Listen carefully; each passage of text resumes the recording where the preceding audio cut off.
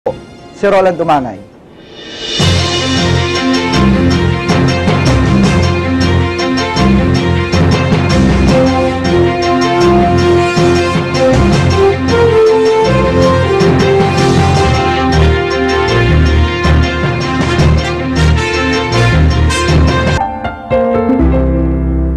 Ang susunod na programa ay rated PG.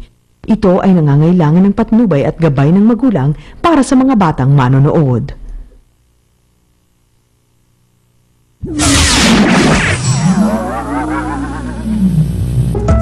Aba, talaga nagbago ka na. Dati maliit na sugat lang umiiyak ka na. Ngayon matapang ka na. Ay, paano naman ako ha? Di ba mas malaki yung sugat ko dyan? Baka pwedeng ako unahin mo, ha? Naku, Tito. May nakaaway pa ba kayo? Hindi, wala. Natisod lang si Tito. Kayo po, Kuya. Ha? Nadapa din kayo? Ah, hindi. Dahil to sa away at sa isang halimaw. Ito ang paraiso ni Karen nung bata pa siya. At ngayong nahanap na niya ang paraisong panghabang buhay, isang bagay na lang ang mahihiling ko. Hinihiling kong lagi mo siyang mamahalin.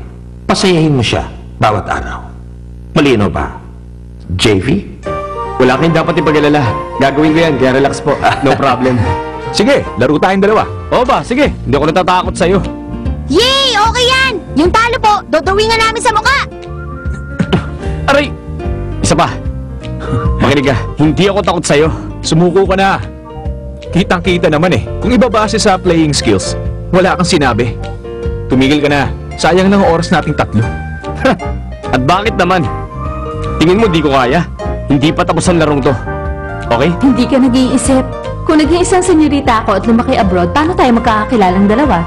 Baka hindi na ako ma-inlove kahit kailan. Kaya nga hindi ako nagsisisi sa naging desisyon ko dahil feeling ko ngayon, ako ng pinakamaswerteng babae.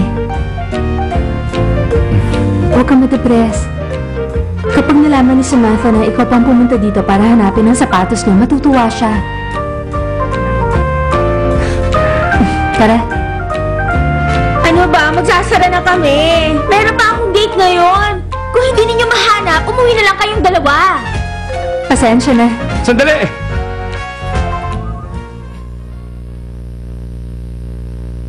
Magnanakaw! 我跟你抢赌赌赌一百，我非你为赌赌赌赌上最爱，我要你赌赌赌赌赌到真爱。哇哦哇哦，不玩百里出牌，不玩百里出牌，不玩百里出牌。哇哦哇哦。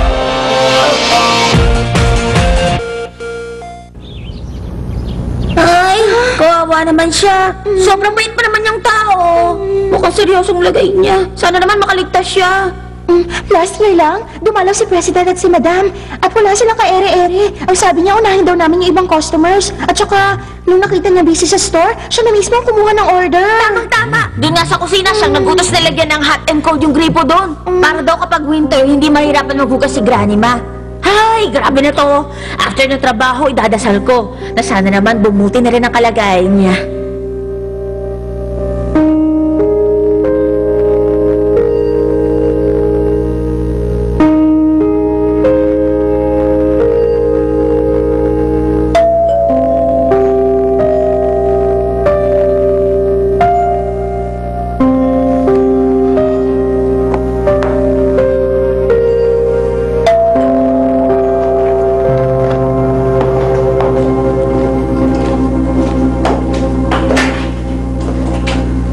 May kailangan ka?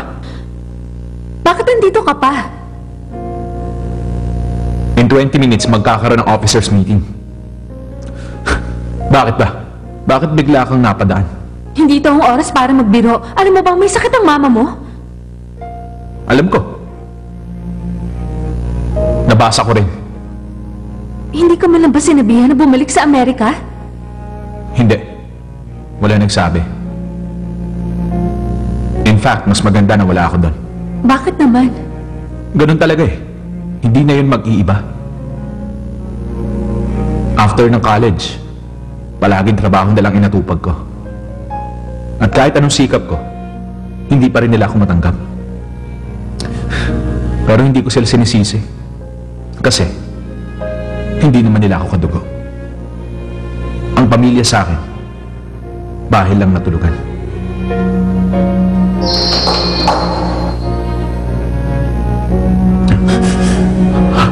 Yung ba ang dahilan? Kaya nakita katang umiiyak ng araw na yon? Daniel... Tama na! Huwag ka nang makialam sa may buhay na may buhay!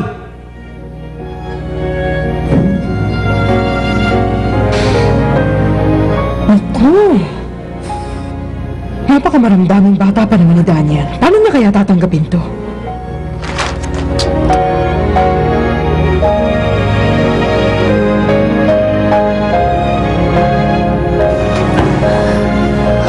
Tuloy pa rin ang meeting today. Kailangan ko lang ng oras. Daniel...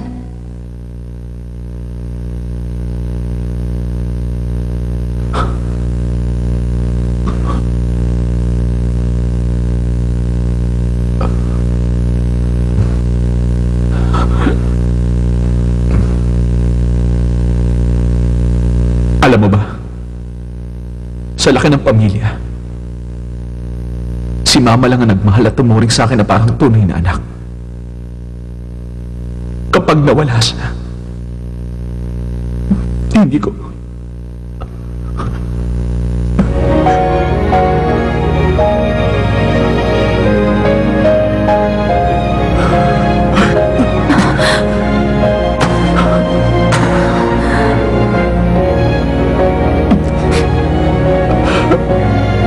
Sorry, Mami. Sorry, Mami. Simula nang iniwan ako ng papa ko sa gate ng ampunan, si Mami lang ang tanging nagmahal sa akin. Kapag nawala pa siya, maiiwan ako mag-isa. Mali ka, Daniel. Nandito ako. Nandiyan din si Pat.